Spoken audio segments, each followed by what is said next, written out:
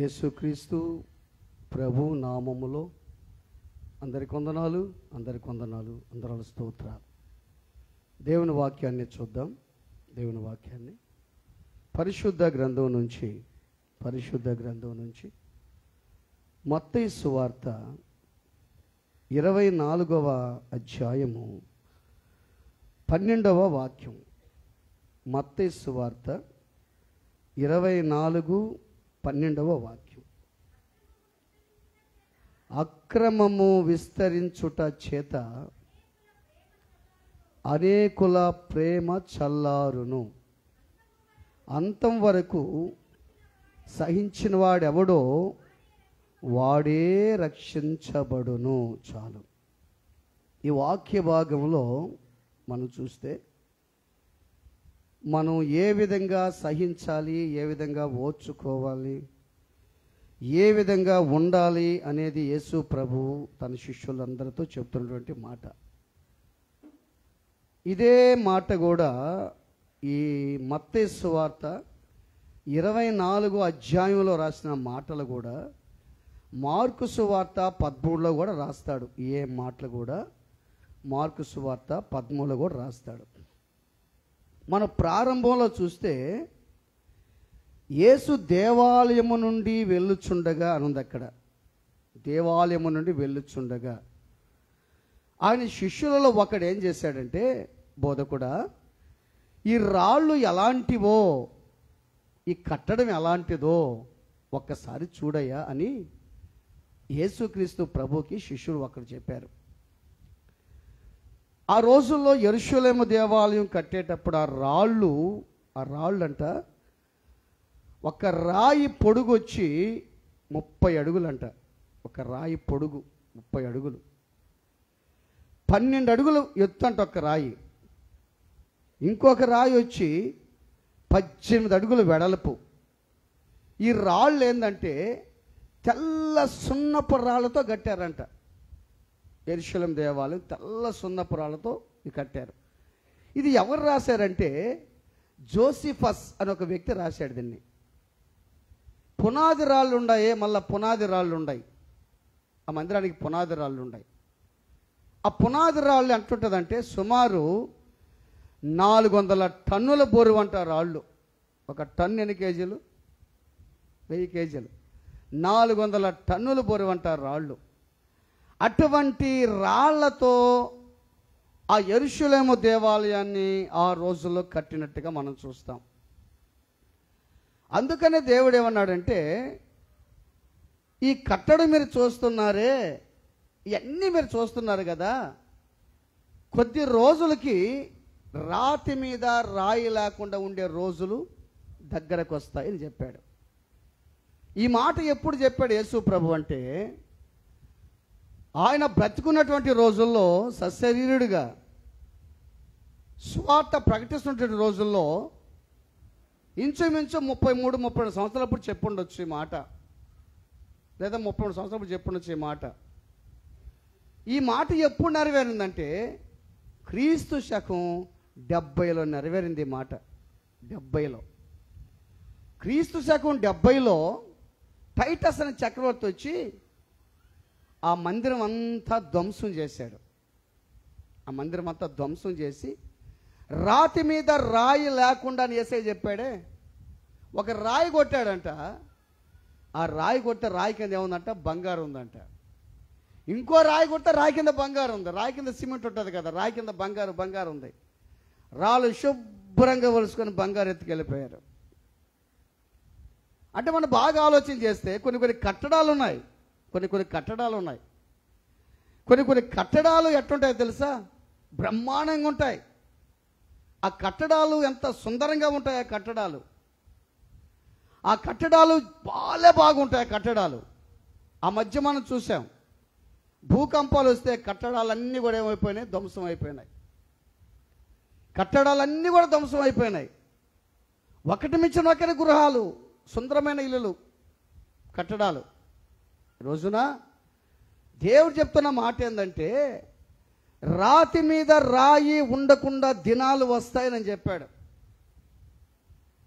ఒకవేళ మనం మన కట్టడాన్ని గురించి, మన ఇంటిని గురించి, మన ప్రాపర్టీని గురించి, మన జీవితాన్ని గురించి గర్వించవచ్చేమో. ఆలోచించాయి. నీకున్న ఆస్తి గురించి, అంతస్తు గురించి, నీకున్న ఐశ్వర్యాన్ని గురించి, నీకున్న పేరు ప్రఖ్యాతుల గురించి గర్వించవచ్చేమో. ఎందుకు చెప్పాడు యేసయ్య ఈ మాటలు? యెరూషలేము దేవాలయం కట్టారే కానీ ఆ దేవాలయంలో మనుషులు వచ్చి ఆరాధన చేసుకోవాలి. ఆ మందిరాల్లో వ్యాపారం జరుగుతుంది. వ్యాపారపు టిల్లుగా మార్చేశారు.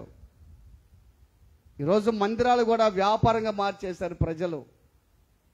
ఏ మందిరం? హృదయం అనే మందిరం. మందిరాలు, హృదయం అనే మందిరంలో వ్యాపారం, బిజినెస్ జరుగుతుంది. క్రోధం, అసూయ, ద్వేషాలు జరుగుతున్నాయి. ఈ మందిరాల్లో గర్వించడం అయిపోయింది. నన్ను మించిన ప్రాపర్టీ ఎవరికి లేదు, నన్ను మించిన ధనం ఎవరికి లేదు, సమస్తం నాకుంది, నన్ను ఎవరు ఏం చేయలేరు అని అనుకుంటున్నా చాలామంది. కానీ దేవుడు ఏం చెప్పాడు? కొద్ది రోజులకి ఈ దేవాలయం ఏమైపోద్ది? నాశనం అయిపోద్ది అని దేవుడు చెప్పాడు. బాగా గుర్తుపెట్టుకోండి. అందుకనే 2వ దినవృత్తాంతాలు చూస్తే, 2వ దినవృత్తాంతాలు 7వ అధ్యాయము 19వ వాక్యం చదవండి. 2వ దినవృత్తాంతాలు 7:19. 2వ దినవృత్తాంతాలు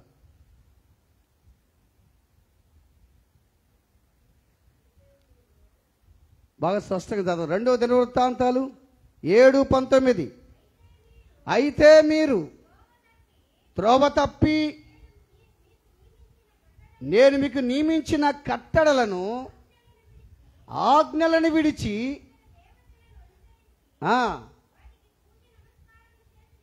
ఎడల నా దేశములో నుండి మిమ్మల్ని పెళ్ళగించి నా నామమునకు నేను పరిశుద్ధపరిచిన ఈ మందిరమును నా సన్నిధి నుండి తీసివేసి సమస్త జనములలో నిందకాస్పదముగా చదవండి. చదవాలి. ఇప్పుడు బాగేనండి. అప్పుడు బాగండి. ప్రఖ్యాతి నొందిన ఆ మందిర మార్గం పోయే ప్రయాణస్తులందరూ ఇస్మయముంది యెహోవా ఈ దేశమునకును ఈ మందిరమునకును, బాగేనండి, ప్రఖ్యాతి నొందిన మనుషుల మార్గాన పోతా ఉంటారు. పోతా ఉంటే ఒక్కొక్క ఇంటిని చూస్తారు. అరే, ఇక్కడ పలానోళ్ళు ఉండాలి కదా, వాళ్ళు లేరి. ఈ కుటుంబంలో పలానా ఉండాలి కదా, వాళ్ళు లేరి. ఆ ఫ్యామిలీ ఏది, ఆ ఇల్లు ఏది? బాగా ఆలోచన చేయండి. ప్రఖ్యాతి నొందిన మనుష్యులు ఆ మార్గాన పోతున్నప్పుడు కొంతమంది అనుకుంటారంట, వీళ్ళు ఉన్నారు, అసలు బతుకున్నారా? వాళ్ళు లేరయ్యా. వాళ్ళ అమ్మ లేదు, వాళ్ళ నాన్న ఎప్పుడో చచ్చిపోయాడు, వాళ్ళ అమ్మ వెళ్ళిపోయిందయ్యా, పాపం బాగలాకి వెళ్ళిపోయిందయ్యా. ఆ పిల్లలు కూడా లేరయ్యా, పుట్టుకొకరు చెట్టుకొకరు వెళ్ళిపోయారయ్యా. అయ్యయ్యో, వాళ్ళు ఇల్లు ఉండేది కదా, ఇక్కడ వాళ్ళు ఉండే కదా, బాగా బతికినిల్లు కదా ఇది. బాగా ఆలోచన చేయి. బాగా బతికినిల్లు కదా, బాగా సంసారం చేసినల్లు కదా ఇది, ప్రఖ్యాతి ఉంది ఇల్లు కదా ఇది. వాళ్ళు ఎట్టపోయారు? ఇప్పుడు చదువు నాయన, ఇప్పుడు చదువు. జనులు, ఈ దేశస్తులు తమ పితరులను ఐగుప్తు దేశం నుంచి రప్పించినటువంటి తమ దేవుడైనటువంటి యెహోవాను విసర్జించి ఇతర దేవతలను అనుసరించి వాటికి పూజా నమస్కారములు చేసినందున, అది విషయం. అసలు కొన్ని కుటుంబాలు ఎందుకట్టు అయిపోతున్నాయి, కొన్ని మందిరాలు ఎందుకట్టు అయిపోతున్నాయి, కొన్ని మందిరాల్లో ఎందుకు ఈ విధంగా సర్వనాశనం అయిపోతుంది, కొన్ని జీవితాలు ఎందుకట్టు అయిపోతున్నాయి అంటే దేవుడు చెప్తున్నాడు, వీళ్ళు ఏం చేశారంటే నేను వీళ్ళని ఐగుప్తు దేశానికి తీసుకొచ్చా. ఎన్నో కష్టాలు పడ్డారు వాళ్ళు. 430 సంవత్సరాలు శ్రమ పడితే నేను అక్కడి నుంచి తీసుకొస్తే, వీళ్ళొక మంచి మార్గం నడిపించాలి నేను తీసుకొస్తే, వీళ్ళు ఇష్ట ప్రకారం జీవించారు. వీళ్ళు చేయరాని పనులు చేశారు. వీళ్ళు చేయరాని పనులు చేసి నాకు అవమానం తెచ్చారు, అందుకు వాళ్ళకి ఆ గతి పట్టింది. ఎవరు చెప్పారు ఈ మాట? జనులు. అందుకు ఆ గతి పట్టింది వాళ్ళకి. వాళ్ళు దేవుని వదిలిపెట్టేశారు. వాళ్ళు సరిగా దేవుని ఆరాధించలేదు. వాళ్ళు బాగా ఆలోచించండి. రాతి మీద రాయి నిలిచి ఉండని దినాలు రాబోతున్నాయి. ఆలోచించండి. అందుకని యేసుక్రీస్తు ప్రభువు ఏం చేశాడంటే, ఆ కట్టడాల గురించి చెప్తున్నప్పుడు ఆయన దేవాలయం ఎదుట ఒలీవల కొండ మీద కూర్చొని ఉండగా, ఆయన అక్కడి నుంచి వచ్చి దేవాలయం ఎదుట ఒలీవ కొండ మీద కూర్చున్నప్పుడు శిష్యులు ఏకాంతంగా వచ్చారు ఆయన దగ్గరికి. వాళ్ళు ఎవరంటే పేతురు, యోహాను, యాకోబు, ఆంద్రేయ. వీళ్ళు నలుగురు వచ్చి ఏం చేశారంటే, ఇప్పుడు చూడండి ఏం చేశారు. 4వ వచనం చదివితే మనకు అర్థమవుతుంది. 4వ వచనం, యేసు వార్త ఇట్లా, నేను ఎవడును మిమ్మల్ని మోసపరుచుకుని చూసుకోండి. ఏం చెప్పాడంటే, అయ్యా అసలు ఏంది రాకడికి సూచన లేనిది, ఏం జరుగుతుంది, ఎట్లా జరుగుతుంది, నువ్వు మాకు వివరించావు, ఎక్స్ప్లెయిన్ చేసావు. రాతి మీద రాయి ఉండకుండా దినాలు వస్తాయని చెప్పావు, అసలు ఏం జరగబోతుందని అడిగారు. ఎవరోళ్ళు? శిష్యులు. ఎవరిని? యేసయ్యని. అప్పుడు యేసయ్య చెప్పాడు. ఏం చెప్పాడు? యేసు వార్త ఇట్లా, నేను ఎవడను మిమ్మను మోసపరచకుండా చూసుకొనుడి. అనేకులు నా పేరట వచ్చి నేనే క్రీస్తునని చెప్పి పలువురిని మోసపరచెదరు. చూసావా? ఎవడుని మిమ్మల్ని మోసపరచకుండా చూసుకోండి. అనేక మంది వచ్చి ఏం చేస్తారంటే, నేనే క్రీస్తుని. చాలామంది చెప్తా, నేను కానీ ప్రార్థన చేస్తే ఇక ఏముండదు, నేనేను అని చెప్తుంటారే. నేనే ఈ మాటదొక దేవుడే. నా ద్వారా అద్భుతాలు జరుగుతాయి అనే దేవుడే. నువ్వు ప్రార్థన చేస్తే దేవుడు చేస్తాడు అద్భుతాలు, ఆయనకి ఇష్టమైతే చేస్తాడు. ఎవరిని మోసపరచకూడదు. పలువురు మోసం చేస్తారంట. బాగా ఆలోచన చేస్తే హింసించే వారి కంటే మోసపరిచే వారితోనే డేంజరు. బాగా గుర్తుపెట్టుకోండి. హింసించే వారి కంటే మోసపరిచే వారితోనే డేంజరు. హింసించే వారి కంటే మోసపరిచేవారే సంఘానికి మరింత అపాయం కలుగు చేస్తారు వాళ్ళు. అది అర్థమవుతుందా మీకు? హింసించే వారి కంటే మోసపరుస్తారే, మోసం చేస్తుంటారే, వాళ్ళ ద్వారానే సంఘంలో అపాయం కలుగుతుంది. భయంకర పాపం మోసం అనేది. పోయిన వారం వరుసగా 2 వారాలు చెప్పాను మీకు వాక్యం. ఎవరి గురించి చెప్పాను మీకు? ఎవరు చెప్పాను? కొరింథీ సంఘాల గురించి 2 సార్లు చెప్పాను. 2 వారాలు చెప్పాను మీకు. ఎవరు మోసం చేశారు? ఎవరిని చేశారు? సర్పము ఎవరిని చేసింది? ఆదాము అవ్వల్ని కుయుక్తితో మోసం చేసింది. ఆ మోసపు మాటలు ఎట్టున్నాయి తెలుసా మీకు? ఎట్టున్నాయి? ఇది నిజమా? ఎవరు చెప్పారవ్వా మీకు? పిచ్చిదానివవ్వా, నువ్వా ఉండవ్వా, అది తినవ్వా, అది తింటే దేవదత్వం అయిపోతావవ్వా. ఎవరు చెప్పారవ్వా నీక? ఆయన చెప్తాడులేవా దేవుడా, ఆ పాస్తి చెప్తా ఒకటే ప్రార్థన అంటాడు ఆయన. ఏం పడలేదులే, ఈరోజు ఆదుని గుడికి పాపని నష్టం లే, రేపు ఎట్ట మోసం చేసింది తెలుసా? అవ్వ సాతాను సర్పం మోసం చేసింది. కారణం తెలుసా? మోసం చేసింది. అది మాత్రం సంతోషంగా ఉంది. సాతానుడు వీళ్ళు ఏం చేశారు? ఏదైనా తోటలోంచి తరిమేయబడ్డారు వాళ్ళు. ఇప్పుడు బాగా ఆలోచించండి. యోధాస్క్రీతు ఉన్నాడు. యోధాస్క్రీతు ఎట్నాడు? యేసు ప్రభుతో బాగానే ఉన్నాడు. లోపలేముంది? మోసం ఉంది. బయటికి మాత్రం తేనె పూసుకో ఉన్నాడు. బోధకుడా, అబ్బా అద్భుతాలు చేసే బోధకుడు అంటున్నాడు. లోపల ఏం చేశాడు? ఆ ప్రదేశాన్ని యేసు ప్రభు శిష్యులను కలవరం పెట్టేశాడు. కానీ యేసు ప్రభు అన్నాడు, యేసయ్యకి సమస్తం తెలుసా తెలీదా? ఎవరు మోసం చేసేది, ఎవరు బాగుండేది, ఎవరు ప్రేమించేది, ఎవరు ఆప్యాయంగా ఉండేది? యేసయ్యకి బాగా తెలుసు. అందుకని చెలికాడా కానీ నువ్వు చేయాల్సింది చేయను అన్నాడు యోధాతోటి. మోసం. ఇంకొక విషయం చెప్తాను మీకు. మొదటి రాజులు 14వ అధ్యాయంలో చూస్తే యారోబాము కనిపిస్తాడు అక్కడ. యారోబాము మొదటి రాజులు 14లో చూస్తే యారోబాము కనిపిస్తాడు. యారోబాము రాజ్యాన్ని పరిపాలిస్తున్నప్పుడు యారోబాము కొడుకుంటాడు, అబియా అని ఒక కొడుకుంటాడు.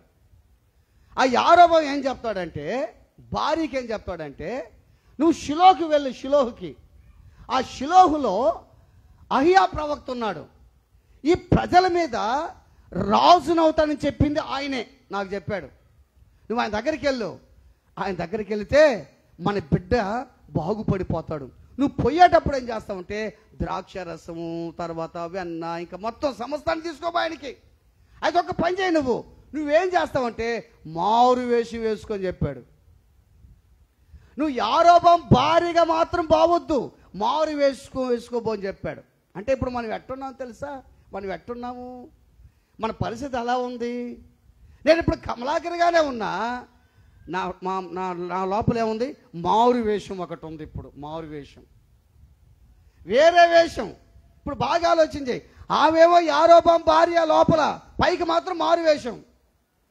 పైకి అట్టుంటాం ఆ ఆప్యాయత, ఆ ప్రేమ, తర్వాత ఆ సహనం, ఆ ఓర్పు ఎట్టుంటావు తెలుసా? పైకి చూసేదానికి లోపల మాత్రం మగ్గో వేషం ఉంటుంది, లోపల మోసం ఉంటుంది. ముసలోడు అయిపోయాడు పాపం, పడుకో ఉన్నాడు. ఆలోచించాయి. మందిరానికి కూడా మనం ఎలా వస్తున్నాం? మందిరికి ఏ విధంగా వస్తున్నాం? పరిశుద్ధురాలుగా వస్తున్నామా? పరిశుద్ధుడిగా వస్తున్నామా? లోపల ఎలా ఉంది మన జీవితం? ఆలోచించాయి. లోపల ఏ బ్రతుకుందో మన జీవితంలో? లోపలంతా కుళ్ళు కప్పు కొట్టే సమాజంలో ఉన్నప్పుడు, లోపలంతా చెడు మన జీవితంలో ఉన్నప్పుడు, పైకి మాత్రం భక్తిగా, పైకి మాత్రం ఆత్మీయంగా ఎంత నటిస్తున్నామో, మోసం చేస్తున్నామేమో. యారోబాము భార్య వస్తే ఈ మాట ఊరు చెప్పారు. అహియాకి ఎవరు చెప్పారు? అహియా ప్రవక్తకి దేవుడు చెప్పాడు. అహియా, దేవుడు చెప్తున్నాడు, అహియా యారోబాము భార్య వస్తుంది నీ దగ్గరకి. ఎట్టొస్తుంది తెలుసా? వేరొకటిగా వస్తుంది. యారోబాము భార్యే, ముఖానికి మాత్రం ముసుకేసుకుంది, అంటే వేరొక వ్యక్తిగా వస్తుంది. నువ్వు ఆమెకి కఠినమైన మాటలు చెప్పు. ప్రతి వారము మందిరములో కాపరి చెప్పేది మాటలు ఏం తెలుసా? ఎవరో చెప్పరు, కాపరికి దేవుడు చెప్తాడు ఈ విధంగా చెప్పని. అది గుర్తుపెట్టుకో. కాపరికి చెప్పేది దేవుడే. ఈ సందేశం చెప్పు, ఈ విధంగా చెప్పని దేవుడే చెప్తాడు. కాపరి ఇంట్లో సిద్ధపడేది వేరు, ఇక్కడ నిలబడితే దేవుడు మాట్లాడేది వేరు. హల్లెలూయా. బాగా గుర్తుపెట్టుకొని దేవుని బిడ్డలారా, ఎప్పుడైతే వచ్చిందో కాళ్ళు చప్పుడు వినంగానే అహియా ప్రవక్త అన్నాడు, యారోబాము భార్య, వేరొకతలాగా వస్తున్నావు నువ్వు. మాయ ముసుగుల్లో మోసం చేసేదానికి వస్తున్నావు నన్ను. నువ్వు కాపర్ని మోసం చేయగలవా? దేవుణ్ణి మోసం చేయగలవా? నీ భర్తను మోసం చేయగలవా? భార్యని మోసం చేయగలవా? తల్లిదండ్రుని మోసం చేయగలవా? ఎన్నాళ్ళు మోసాలు ఆలోచించాయి. అందుకే పలువురు వస్తారంట. ఎవరాళ్ళు? మోసం చేసేవాళ్ళు. ఇదిగో ఇంకో కఠినమైన మాటలు చెప్తున్నా నేను నీ భర్తని అత్యల్పుడిగా ఉంటే రాజ్యాన్ని ఇస్తే, రాజ్యాన్ని సరిగా చేయకుండా విగ్రహ ఆరాధన చేసి అందరికంటే ఎక్కువగా కీడు చేసి నా దృష్టిలో పాపం చేశాడు. నా బిడ్డ దావీదులాగా నడవలేదు. అందుకే నువ్వు వెళ్ళి అందరికంటే ఎక్కువగా కీడు చేశాడు యారోబాము. నువ్వు వెళ్ళి నీ బిడ్డ చస్తాడని చెప్పు. నువ్వు వెళ్ళంగానే నీ బిడ్డ చచ్చిపోతాడు. మోసం చూసావు, మోసం ఎంత భయంకరమైందో. దేని బిడ్డలారా ఆలోచన చేయి. ఎంత భయంకరమైన మోసం ఆలోచన చేయండి. అహియా ప్రవక్తనే మోసం చేయాలనుకుంది. దేవుడిని మోసం చేయాలనుకుంటున్నావేమో. కాపరినే మోసం చేయాలనుకుంటున్నావేమో, భక్తిగా ఉన్నట్టు నటిస్తున్నావేమో, ప్రేమగా ఉన్నట్టు నటిస్తున్నావేమో ఆలోచించండి. అందుకే దేవుడు అన్నాడు, యేసయ్య, ఎవడుని మిమ్మల్ని మోసపరచకుండా చూసుకోండి. దాని కింద కానీ మనం చూస్తే, దాని కింద చూస్తే అదే 6వ వచనం చూద్దాం. మీరు యుద్ధములను గూర్చియు యుద్ధ సమాచారములను గూర్చి వినబోదురు. మీరు కలవరపడకుండా చూసుకోండి. ఇది జరగవలసి ఉన్నది కానీ అంతం వెంటనే రాదు. యుద్ధాలు జరుగుతూ ఉన్నాయి కదా ఇప్పుడు. హమాస్ మిలిటెంట్ సంస్థకి ఇంకా మన ఇజ్రాయెల్కి యుద్ధాలు ఆగలా జరుగుతూనే ఉన్నాయి. ఇజ్రాయెల్ దేశంలో ఏదో ఒక రోజు యుద్ధం జరుగుతూనే ఉంటుందంట, బాంబులు పడతానే ఉంటాయంట. మన కుటుంబాలు కూడా బాంబులు పడతానే ఉన్నాయి కదా. ఇప్పుడు బాగుంటుంది కదా, బాంబు పడతా ఉంటుంది. ఆ బాంబు వాడికి బాగలేదు, వీడికి బాగలేదు, ఈ అపాయం, ఆ సమస్య, ఏదో బాంబు పడతానే ఉంటుంది మన కుటుంబంలో కూడా. యుద్ధాలు ఆగవి, ఈ యుద్ధాలు జరుగుతూ ఉంటాయి కానీ అంతం వెంటనే రాదు. అక్కడ ఏం చెప్తారు తెలుసా? దాని కింద ఏం చెప్తారు తెలుసా? జనం మీదకి జనమును, రాజ్యం మీదకి రాజ్యం లేసును, అక్కడక్కడ కరువులు భూకంపాలు కలుగును. ఇవన్నీ వేదనకు ప్రారంభం. దాని కింద 9 చదివితే, అప్పుడు జనులు మిమ్మల్ని శ్రమల పాలు చేసి చంపెదరు. మీరు నా నామము నిమిత్తము సకల జనముల చేత ద్వేషించబడతారు. జనులు ఏం చేస్తారంట ఏమ్మా? వాళ్ళు ఏం చేస్తారు? జనులు మిమ్మల్ని శ్రమల పాలు చేసి ఏం చేస్తారు? వాళ్ళు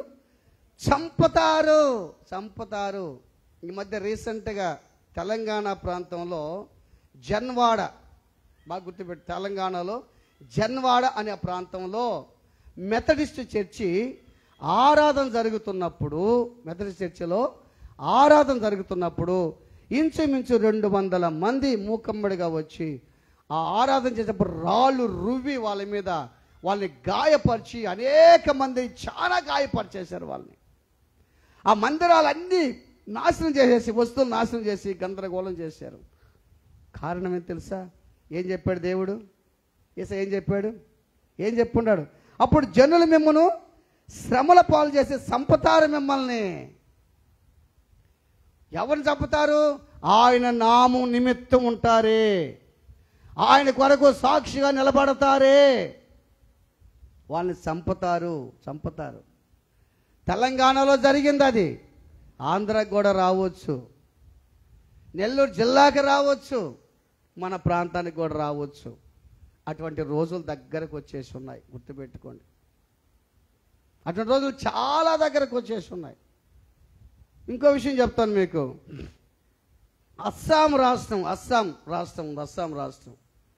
అంటే మణిపూర్ పక్కనే అస్సాం. మణిపూర్లో ఏం జరిగిందో మనందరూ బాగా తెలుసు దాని గురించి. పక్కన అస్సాం రాష్ట్రంలో ఒక కొత్త చట్టం పెట్టారు.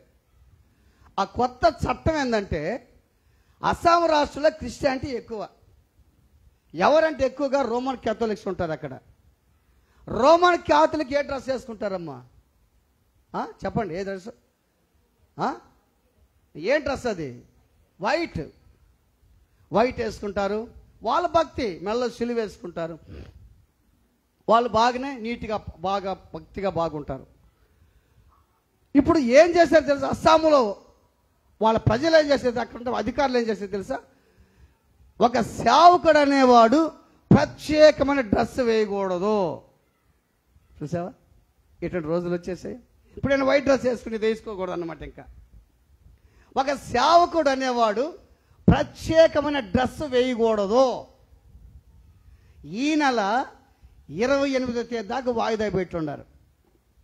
28 దాకా గడువు పెట్టున్నారు. అంటే ఎటువంటి రోజులు వచ్చేసి ఆలోచించే, ఇటువంటి రోజులు, అటువంటి భయంకరమైనటువంటి రోజుల్లో మనం జీవిస్తూ ఉన్నాం. ఇవన్నీ యేసయ్య చెప్పాడు, నా రాకడికి ఇవన్నీ ముందు జరుగుతూ ఉంటాయని.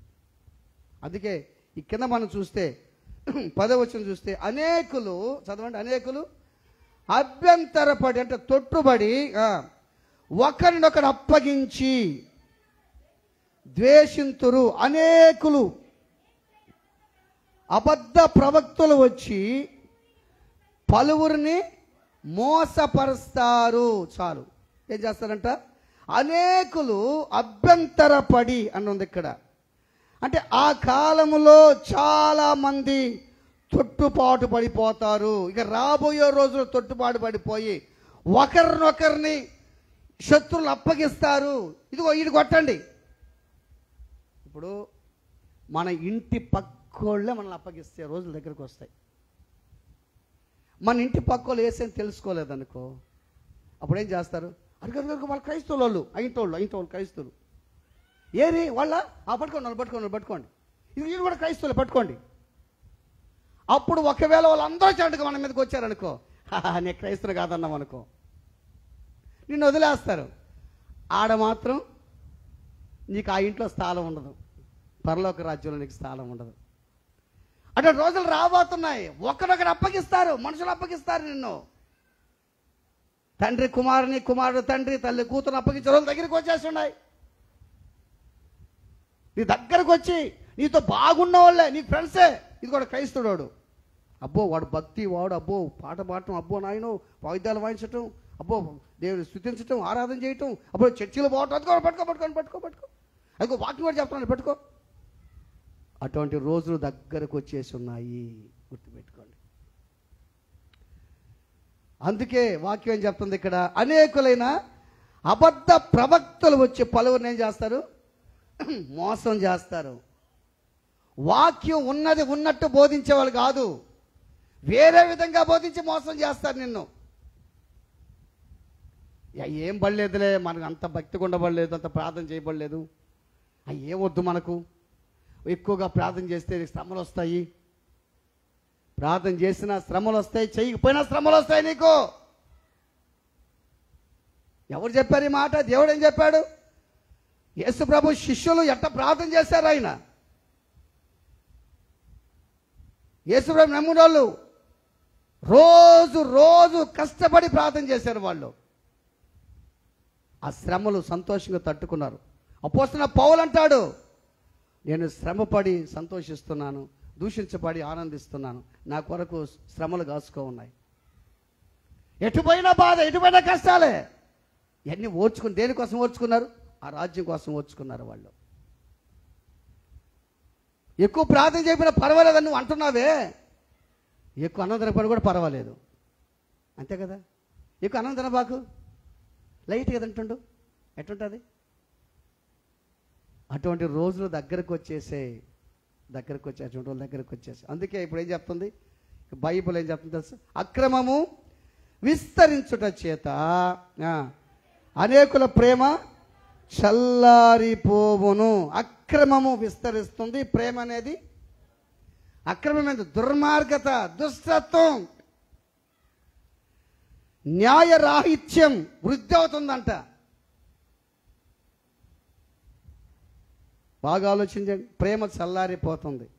వాస్తవంగా ఎత్తుకుంటే మనల్ని మనం ప్రేమించుకుంటున్నాం, కుటుంబాలు అందరూ ప్రేమిస్తున్నాం, పక్కనోడిని ప్రేమించేదానికి ఏమి, పక్కనోడితో సంతోషంగా ఉండేదానికి ఏమి? ఆలోచించి నీ హృదయాన్ని, నీ శరీరాన్ని నువ్వు ప్రేమించుకుంటున్నావు, నీ బంధువులు ప్రేమిస్తున్నావు. ఈ రోజుల్లో ప్రేమ కూడా బంధువుల మధ్య కూడా లేదు అంతగా అనుకో. మామూలుగా నువ్వు ప్రేమించుకుంటున్నావు, నువ్వు ప్రేమిస్తున్నావు, కానీ పక్క వ్యక్తిని ప్రేమించేదానికి ఏమి? బాగా గుర్తుపెట్టుకో, మనం శాశ్వతం కాదు, మనం అశాశ్వతం. ఇంకో విషయం చెప్తాను మీకు. మనం ఉన్నామే, నేను అని అంటున్నాం కదా మనం. అది ఎన్ని రోజులు అంటాం మనం? ఏదో కొద్ది రోజులు అంటాం. దేవుడు పిలిస్తే మాత్రం వెళ్ళిపోవాలా. బాగా గుర్తుపెట్టుకో, ఒక మనిషి జీవితం విలువ ఎంత తెలుసా? మీకు విషయం చెప్తాను నేను. ఇప్పుడు నా విలువ, నీ విలువ, ఇప్పుడు మనందరం బతుకున్నాం. ఇప్పుడు ఒక మనిషి బ్రతికుంటే వాడి విలువ ఎంత తెలుసా? 3,60,00,000. ఎవరు? ఒక మనిషి బ్రతికుండే మనిషి విలువ 3,60,00,000. ఎందుకు ఆ విలువ చెప్పండి? ఆ విలువ దేనికి చెప్పండి? గుర్తురాలి ఇంకా మీకు. అవయవాలు. ఏందయ్యి? అవయవాలు. ఏ అవయవాలు? కళ్ళు, కిడ్నీ, గుండె, ఇంకా లివరు, ఇంకా మొత్తం అవయవాలన్నీ లెక్కేస్తే ఒక మనిషి విలువ ఎంతంట? 3,60,00,000. ఎప్పుడు? బ్రతికున్నప్పుడు మనిషి విలువ 3,60,00,000. చచ్చిపోయాడు అనుకో ₹6.75 అంట. ఎంతకి దిగిపోయింది చూడు మనిషి. అటువంటిది మన జీవితం. బడాయిలు నేనంటాము. ఏమయ్యా, నీవు నీ భార్యని ప్రేమిస్తున్నావు, భర్తని ప్రేమిస్తున్నావు, తండ్రిని ప్రేమిస్తున్నావు, పక్కన ప్రేమించయ్యా. నువ్వు వాడికి డబ్బులు ఇవ్వలేదు, నీ ఆస్తంతో వాడికి ఇవ్వలేదు. ప్రేమగా మాట్లాడు. ప్రేమ కలిగి ఉండేటకు ప్రయాసపడమని చెప్పాడు కదా దేవుడు. ఆలోచన చేయి. కిడ్నీలు అమ్మేస్తున్నారు, దగ్గరికి వచ్చేస్తున్నాయి. ఈ మధ్య పీలేరులో పట్టుకున్నారు. పీలేరులో ఎవరిని తెలుసా? పిల్లల్ని. చిన్న పిల్లలు ఉండేవాళ్ళు జాగ్రత్తగా ఉండండి. రోజుల దగ్గరికి వచ్చి అంతకుముందు జరిగింది అవన్నీ, ఇప్పుడు మళ్ళీ ఎక్కువ అయిపోయింది. వాళ్ళు ఎవరు తెలుసా? బీహార్ నుంచి ఒక టీం వచ్చిందంటే, బీహార్ నుంచి ఒక టీము. ఆ టీం ఏంటంటే, ఆ టీం లక్షణం ఏంటంటే బట్టలు అమ్ముకుంటూ వస్తారంట వాళ్ళు. సోది చెప్పేదానికి వస్తారంట. సోది చెప్పించుకోబాకండి ఎవరన్నా వస్తే. సోది చెప్పేదానికి వస్తారంట. తర్వాత అడుక్కు తినడానికి వస్తారంట. బెగ్గర్స్గా వస్తారంట. 3 విధాలుగా వస్తారంట వాళ్ళు. ఇంకా ఏం ప్లాన్ చేస్తారో మనకు తెలియదు. అది జరిగింది, అది తెలిసింది మనకు. అయ్యి వాళ్ళు వస్తారంట. వాళ్ళు వచ్చి ఏం చేస్తారు తెలుసా? చిన్న పిల్లలు గుర్తుపెట్టుకో. చిన్న పిల్లలు ఉండేవాళ్ళు మీరు ఆడికన్నా ఊరికి పోయినప్పుడు మీ బిడ్డలు వంట తీసుకోపోండి. మీరు ఇంట్లో అన్నం ఉంది తినడం తినేసి ఆడ ఉండని చెప్పాకండి. వాడు ఇంట్లో ఉండడు, ఆడ తిరుగుతూ ఉంటాడు వాడు. ఆ పిల్లడు మన కాలనీలో మన దగ్గర ఉండడు, రోడ్లోకి వెళ్ళిపోతాడు వాడు. వాళ్ళు వస్తారు కొంతమంది. ఆ చిన్న పిల్లాడు కదా ఏం చేస్తాడు? చాక్లెట్ ఒకటి ఇస్తాడు వాడికి, శుభ్రంగా తింటాడు. మత్తు. బిస్కెట్ ఇస్తాడు, మత్తు. సరే చిన్నపిల్లలు బాని 13-14 సంవత్సరాల వయసులో ఒక అరుగు మీద కూర్చో ఉంటే, వీడియోలో చూస్తాను నేను, అరుగు మీద కూర్చో ఉంటే ఒక వ్యక్తి అతని దగ్గర ఎట్లా వచ్చాడు తెలుసా? ఒక అంగిగా నల్ల డ్రెస్ ఒకటి వేసుకొని ఇట్ట కర్ర బొట్టేసుకుంటూ వచ్చాడు. వచ్చి వాడు పక్కన కూర్చొని అట్ట అన్నాడు. వాడు మొత్తేసి కింద పడిపోయాడు. వాడిని తీసుకొని వెంటనే ఆటో తీసుకుని వెళ్ళిపోయాడు వాడిని. అంటే ఎటువంటి పరిస్థితులు ఆలోచన చేయండి. భయంకర పరిస్థితులు. చిన్న పిల్లలు ఉండే వాళ్ళు జాగ్రత్తగా ఉండాలి. మీ దగ్గర పెట్టుకోవాలి పిల్లల్ని. ఎవరిని ఇస్తే తినకూడదు, మీ పిల్లలకి చెప్పాలి. మీరు ఎవరిస్తే తినబాకండి అని చెప్పాలి. ఎవరో తెలిసిన వాళ్ళు ఇస్తే తప్ప, నీకు బాగా తెలిసిన వాళ్ళు ఇదిగోరా చాక్లెట్ తినరా, బిస్కెట్ తినరా అంటే తప్ప, తెలియనోడు వాడు కూడా తెలియదు. మన పిల్లలు ఇక్కడి నుంచి సంటకి వెళ్ళిపోతారు, ఆడుకుంటూ ఉంటారు. వాళ్ళు ఊరు వస్తూ ఉంటారు. చిన్నపిల్లలు ఒక 2-3 ఉంటారు. వాళ్ళ 3 గ్యాప్కి వస్తారు, ఒక బృందంకి వస్తారు. వాళ్ళు వచ్చి రైట్రా ఏ పని పేరా, ఆ పని పేరు చెప్తాడు అనుకో, ఇదివరకు బిస్కెట్ తినరా, ఇదిగో బిస్కెట్ తిను. పాప వాళ్ళకి ఏం తెచ్చి పిల్లలు తినేస్తారు. వాళ్ళు చిన్నపిల్లలు కదా, వాళ్ళకి బిస్కెట్ అంటే ఇష్టం, చాక్లెట్ అంటే ఇష్టము, అన్ని ఇష్టం. వాళ్ళకి తినేస్తారు. వాళ్ళు తినేసి వాడిని పట్టుకుంటారు, జోలు వేసుకుని వెళ్ళిపోతారు అంతే. ఇక నా బిడ్డో. నువ్వేమో ఇంట్లో ఉంటావు, బిడ్డ మాత్రం రోడ్లో ఉంటాడు. నువ్వేమో ఊరికి పోతావు, బిడ్డ మాత్రం బయట తిరుగుతూ ఉంటాడు. బిడ్డల్ని వదలకూడదు, గుర్తుపెట్టుకోండి. రోజులు నిజంగా ప్రేమ ఉంటే పని చేస్తాడా? అక్రమము చెప్పండి విస్తరించుట చేత ప్రేమ, ఆ ప్రేమ చల్లారిందే కాబట్టి డబ్బు కోసం మనుషులు అవయవాలు అమ్ముకుంటున్నారు. డబ్బు కోసం ఏం చేస్తాడా? డబ్బు రేపాడు చచ్చిపోతే ఎత్తుకోపోతాడా? అలెగ్జాండర్ చక్రవర్తి కూడా అదే చేశాడంట. ఎంతో సంపాదించాడంట. పక్కన వాళ్ళకి చెప్పాడంట, నేను చచ్చిపోయేటప్పుడు నా 2 చేతులు బాక్స్ వైపు చూపించండి చెప్పాడంట. ఎందుకంటే నేనేమి దాలేదు, ఏం తీసుకోబడదని చెప్పాడంట ఆయన. నేనేం తీసుకురాలా, ఇప్పుడు ఏమి ఎత్తుకోబోవటం. అలెగ్జాండర్ చక్రవర్తి ఎంతతో జయించాడు, రాజ్యాలు జయించాడు ఆయన. ఆ డబ్బును తీసుకోపోలేవు. ఆ డబ్బు కోసం ఎంత గందరగోళం చేస్తుందో ప్రజలు ఆలోచన చేయి. మన బిడ్డలు జాగ్రత్తగా పెట్టుకునే రోజుల దగ్గరికి వచ్చేసాయి. వదలకూడదు బిడ్డల్ని. మనం అనుకుంటాం ఇక్కడే ఉన్నాడని, వాడికి టక్ వెళ్ళిపోతా ఉంటాడు వాడు. ఆ పిల్లల్ని జాగ్రత్తగా పెట్టుకోవాలి మనం. ఇక చేతులు కాలిన తర్వాత మనం ఏం చేయలేమే కన్నా. అందుకే యేసు ప్రభు అన్నీ చెప్తా, అక్రమము విస్తరించుట చేత ప్రేమ అనేది చల్లారిపోతుంది. ఆ ప్రేమ అనేది అన్నీ చేస్తాడా? ఆ దుష్టత్వం, దుర్మార్గత్వం ప్రజల్లో బయలుదేరేసింది. అందుకే చివరిగా మనం చూస్తే, చివరిగా 14 వచనంలో చూస్తే, 14 వచనంలో చదవండి. 14 వచనంలో, మరియు రాజ్య సువార్త సకల జనములకు సాక్ష్యార్థమై లోకమందంతట ప్రకటింపబడును, అటు తర్వాత అంతము వచ్చును. రాజ్య సువార్త ప్రకటించబడుతుంది అంటే ఎన్ని అక్రమాలు విస్తరించినా, మనుషులు చనిపోయినా మాత్రం సువార్త మాత్రం ఆగదు. హల్లెలూయా, హల్లెలూయా. అప్పుడు ఆగిందా సువార్త? శిష్యులను చంపారు, సువార్త ఆగిందా? స్టెఫను చంపారు, సువార్త ఆగిందా? పౌలు రైలేదా? అనేక శిష్యులు చచ్చిపోయారు, సువార్త ఆగిందా? లేదే, లేదే. అన్ని దేశాల కంటేనంట మొట్టమొదట మన దేశానికి వచ్చిందట సువార్త. ఎవరు ఇచ్చారు మన దేశానికి? తోమా 52లో. తర్వాత ఇంగ్లాండ్, అమెరికాకి వెళ్ళిందంట సువార్త. ముందు మన దేశానికంట. అంటే మన భారతదేశాన్ని దేవుడు ఎంత ప్రేమిస్తున్నాడో ఆలోచన చేయండి. ఆ భారతదేశంలో నిన్ను దేవుడు ప్రేమిస్తూ ఉన్నాడు. ఎంత హత్యలు జరిగినా, ఎంత కూలీలు జరిగినా సరే, ఎంతమంది హతసాక్షులు అయిపోయినా సరే, సేవకులు చనిపోయినా, విశ్వాసం చనిపోయినా సరే, పరిశుద్ధులు చనిపోయినా సరే, సువార్త మాత్రం ఆగదు. ఒక ఎగ్జాంపుల్ చెప్పి నీకు ముగిచ్చేస్తాను నేను. నిర్గమాకాండం 1:12. నిర్గమాకాండం 1:12.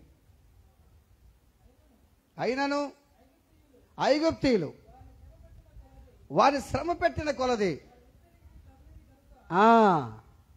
చాలు ఏందంట, ఐగుప్తీయులు ఇశ్రాయేలీయులని శ్రమపరిచిన కొలది ఏం చేసినట్టు వాళ్ళు విస్తరించే ప్రబలేరంట. అంతే. నిన్ను నన్ను ఎవరైతే అనగదొక్కాలని, చంపాలని చంపేసినా సరే, క్రైస్తవందరూ ఓసుకోత కోసినా సరే, సువార్త మాత్రం నిన్ను ఓసుకోత కోసినా నువ్వు ఏడకపోతావు యేసయ్య దగ్గరికి. ఆ కోసేటప్పుడు, నువ్వు చంపేటప్పుడు, అయ్యయ్య నేను మాత్రం చర్చకి పోవటం లేదు, కాకపోతే అటుబట్టి కూర్చొని వస్తుంటా అంతే, నేనేమి క్రైస్తవుని కదా అన్నాం అనుకో, బాగా గుర్తుపెట్టుకోవాలి. మన విశ్వాసం బాగా గుర్తుపెట్టుకోవాలి. నువ్వు ఎప్పటికైనా చచ్చిపోవాలి, నువ్వు నేను, అంతే. అదేదో యేసయ్య కోసం చచ్చిపోయామనుకో, ఏడుంటాం మనం? పరలోక రాజ్యంలో. ఈ విషయము మన కుటుంబానికి మనం చెప్పుకోవాలి. మనం ఇవన్నీ కూడా అటువంటి రోజులు రాబోతున్నాయి. యేసు ప్రభు ఏకాంతంగా కూర్చున్నప్పుడు శిష్యులందరికీ ఈ మాటలు చెప్పాడు. ఇంకా చాలా ఉన్నాయి దాంట్లో, అధ్యాయం అంతా. అటువంటి రోజులు రాబోతున్నాయి. అంతవరకు సహించిన వాడు రక్షించబడును. ప్రార్థన చేసుకుందాం. తల్ల ఉంచి అందరం పైకి లేస్తున్నాం.